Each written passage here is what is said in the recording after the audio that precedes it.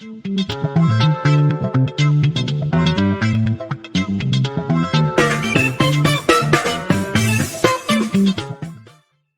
Internet, I'm Richie and welcome to Sounds of Stadia SideQuest, a show where we take a step off the critical path and explore more of what the gaming world has to offer. On this week's show, we're going to be talking about exclusive games potentially being no longer exclusive on Stadia.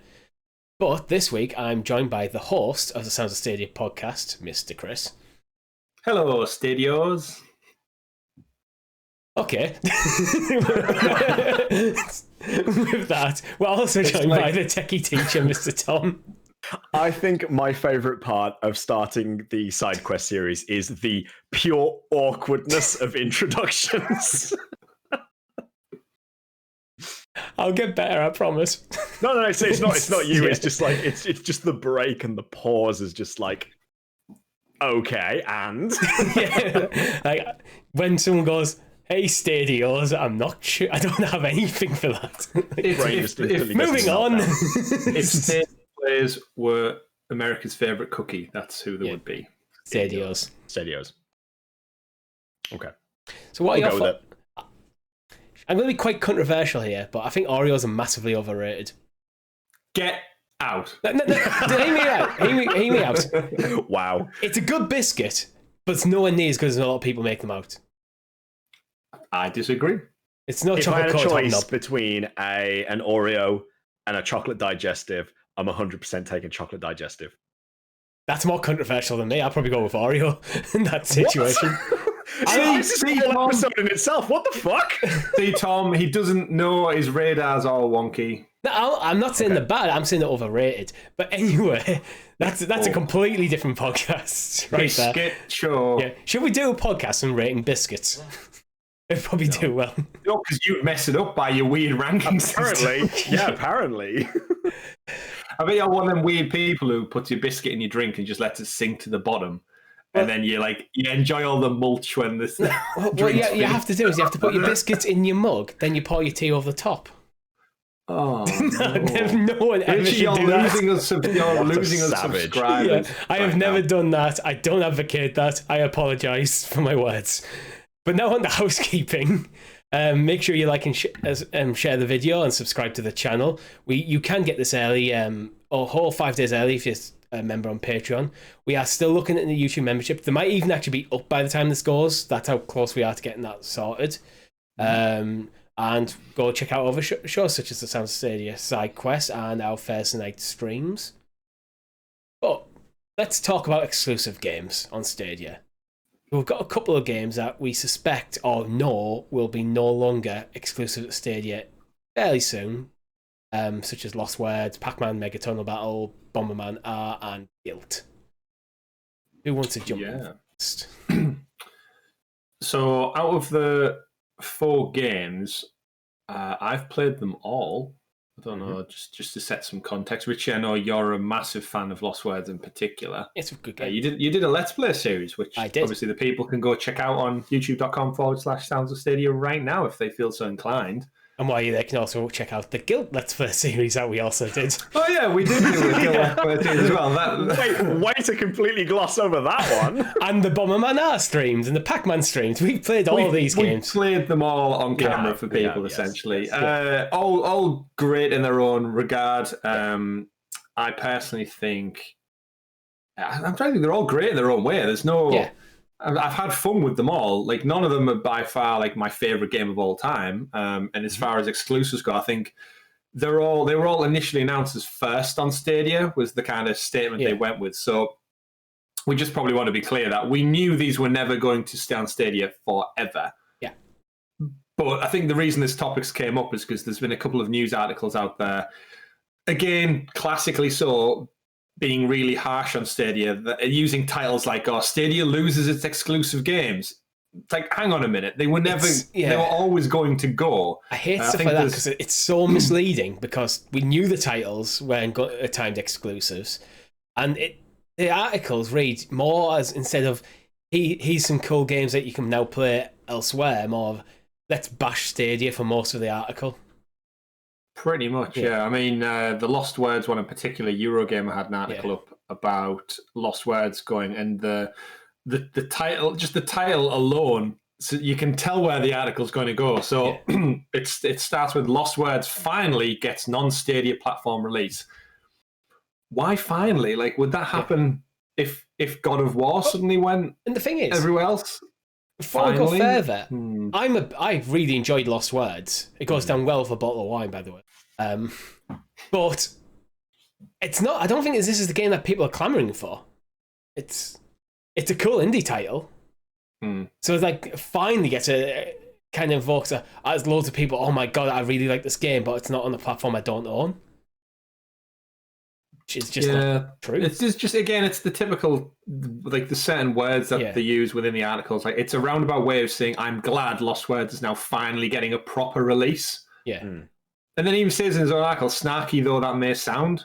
Like, so you're admitting within your own article that you're being a dick. I'd go beyond snarky with that comment. It's like, it's finally getting a proper release. You know, it is released, and it's a release on the platform. We've spoke countless times about the lack of a barrier entry to Stadia, and Lost Words is a single-player game.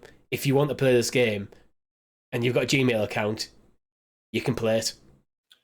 I mean, yeah, what's the definition of a proper release? Is it available to the public? Yes. Yeah. Can you play it? Yes. Yeah. So I don't see what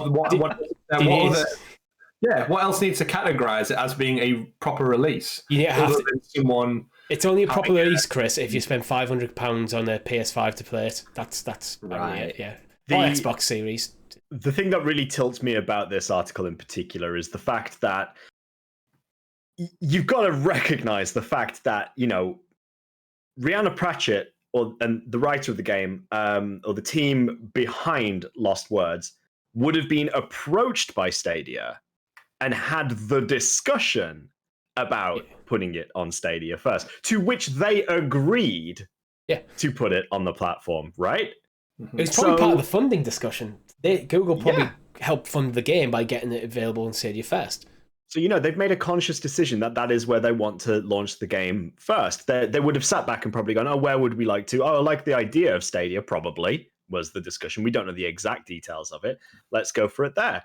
And yeah, okay, so now the game is probably going to get arguably more recognition from being on other platforms, but that's by no means necessary to shit on Stadia because Stadia had exclusivity for a limited period of time, because that would have been completely up to the people who made the game.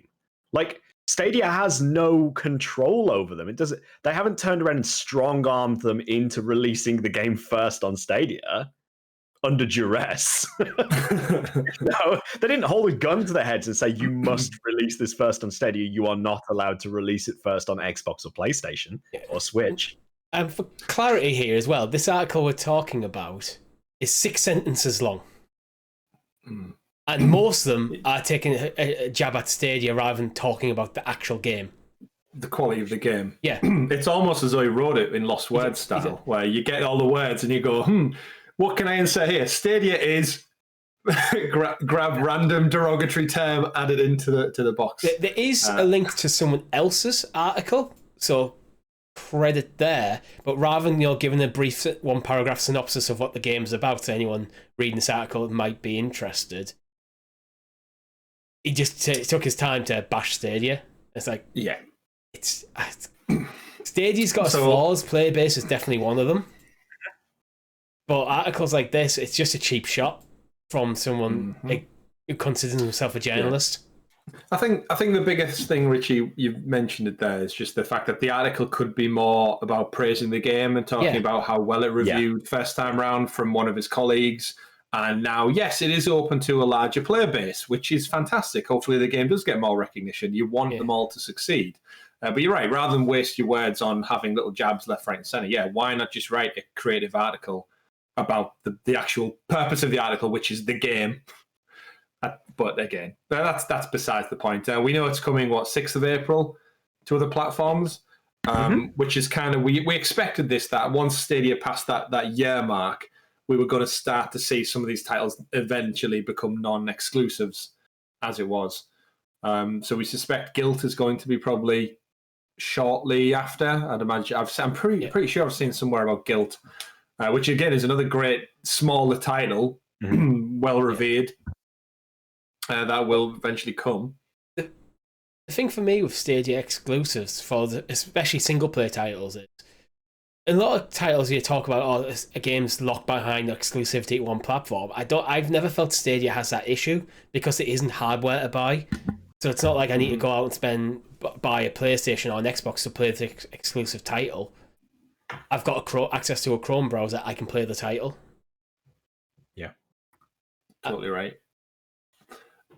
And I suppose the biggest one I think probably out of these games that benefits is Super Bomberman R. So Konami put out a statement saying that building on the success of its initial launch on Stadia in September 2020, Super Bomberman R Online is making its way to new platforms. The digital download exclusive game will be available in 2021 on Switch, PS4, Xbox, and Steam. The game will also be playable on PlayStation 5 and Series X. With cross-platform play support, you can play against players from all over the world, regardless of the gaming platform you play on. So, on the flip side of this game going multi-platform with crossplay is huge for Bomberman R, because that's 64 players in each game. Yeah. And now you're opening up to millions of more players. That game's going to blow up huge. If you've played that and concerned about playing with bots all the time, that's great. And obviously the downside to Lost Words and Gylt is they don't really benefit from any online play. No. Whereas this game is going to go huge. So it being not exclusive anymore does not concern me in the slightest. It just means more players. Yeah, especially when it's going to be cross-platform play. Yeah, any cross-platform game benefits Stadia, in my opinion. Well, it does. It benefits Stadia because it actually means that people who want to play the game on Stadia can play the game on Stadia. Plus, is it still under the free? Is it still under? Is it still free? It is free, or is it Bomberman? Am I getting my wires crossed? Is it free on Stadia? Oh, I've claimed it, so I believe it is a free game on Stadia. It's probably I don't know the exact details. I'm probably going to be quite a bad representative right here and say I imagine it's probably going to be free on other platforms as well, akin to Tetris 99, for example. That's not actually free. You have to pay for the Nintendo Online subscription. Well, yeah, okay, that's fair. That's fair. Yeah. But again, it opens it up to the accessibility of it. You don't need a console for it. You could just play it on any browser. You just boot it up and just be like, okay, right, I'm going to play Super Bomberman R Online today. But yeah, the cross-play, the cross-platform discussion about it really sort of is where the benefit lies here, because if you can play from any browser against anybody on a PlayStation or an Xbox or so on, you can now just you've got your friends at school or your mates who've got an Xbox rather than a PlayStation. You want to play with them, or you could both now play the game, or I know I'm getting my wires crossed here. Maybe you want to get a family member involved, let's say, who doesn't have a gaming console, but they do have a laptop, and they, maybe your dad used to play Bomberman back in the day or something. Or a phone. Yeah, nice and easy. They can then boot it up, get on Stadia, and they can play with you on your PlayStation, on your Chromecast, on your Switch. I think that's absolutely, for these battle royale type games, the way forward, because it sort of throws out to sort of pivot the discussion a little bit here. It sort of throws out this whole tribalism of which console you're sort of based on then, and it becomes more about enjoying the game and enjoying the experience and where it plays best, as opposed to or how the experience is played, I should say, rather than being like, oh, you can't play it because you're on PlayStation, you can't play it because you're on Switch and stuff like that. Yeah, removes the barriers. Yeah, it does. It does. And I think that is really, with multiplayer games, with battle royale type games, that is absolutely the correct way of moving forward. So 100% the right way of dealing with this. Yeah, the Super Bomberman R, as well, as it was only free until the end of November. So it was a pro game, September, October, November. Actually, I've just checked. It is $9.99. Super Bomberman, I'm sure I've just checked, and it was completely free to play.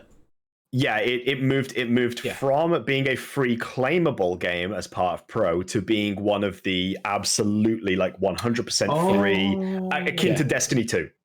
Yes, I do remember that now. Yeah, I'm looking at a grid of Pro games and when to claim them. That's so that'll be why. So it moved from Pro to being free to play for everyone on the platform. You're right. So what have we got free now? It's Destiny, Super Bomberman, and Pac-Man. Pac-Man? Yeah. No, Pac-Man's not free. Wasn't it? No, it's Creator is the third one. Creator. There you go. It's so hard when you get your pro subscriptions because once they go pro, you can't see the price or their availability. Yeah.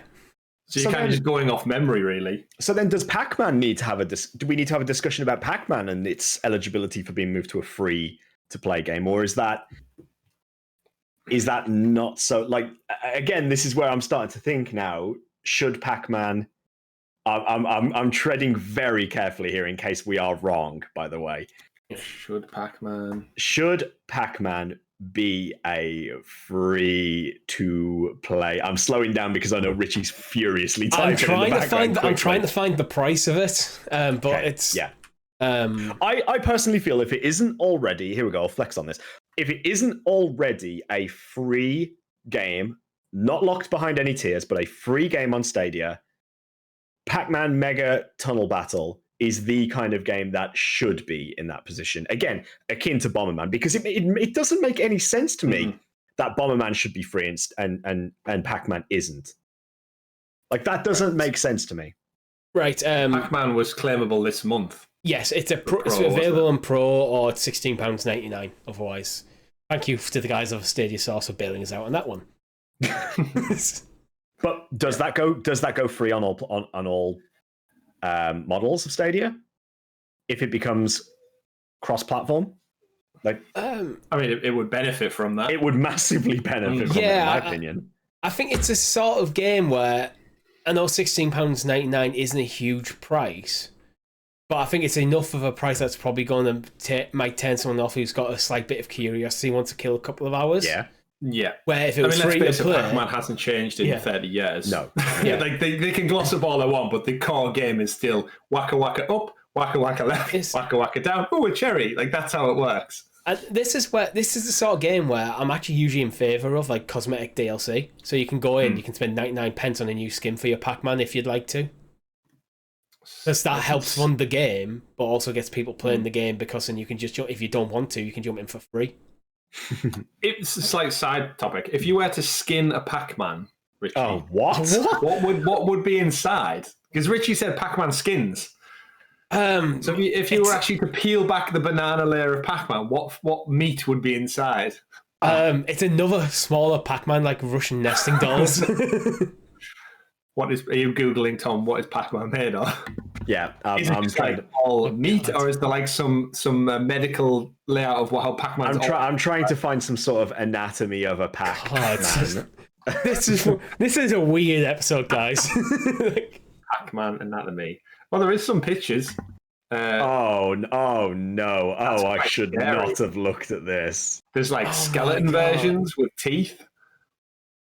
There's some people have went into great depth to showing Pac-Man's anatomy. That's horrific. Yeah, why did people? I like how his Latin name is Homo sapiens waka waka waka.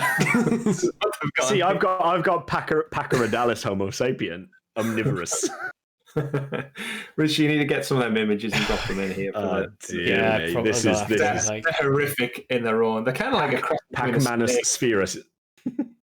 Oh, that's a horrible one. Either way, this is obviously isn't well, anyway, so in a nutshell, then, I guess what you're trying to get at, Richie, is do these titles no longer being exclusive Stadia really does anyone give a shit? does it matter? Does it have any impact? I like exclusive. The one thing I'd like about exclusive titles is they draw attention to a platform. And that's why we've been an advocate before of first-party exclusives on Stadia. Because if you get something that looks really cool, people watching it like an E3 trailer and go, "Oh my god, that's amazing! Where can I play it?" It's on Stadia. That's going to get people interested in the platform. But the consumer side of me is like, well, I'd rather just be able to play every game wherever I want to play it, and with everyone else who wants to play it with me, regardless of where they want to play it. That's like, I just feel like I have nothing else to add to that. I just want to echo exactly what he said. Like, it should be the nature of the discussion really needs to change. It really, really needs to change from being where am I going to play it to what do I want to play. Like, that's what it should be. You should be able to play any game anywhere.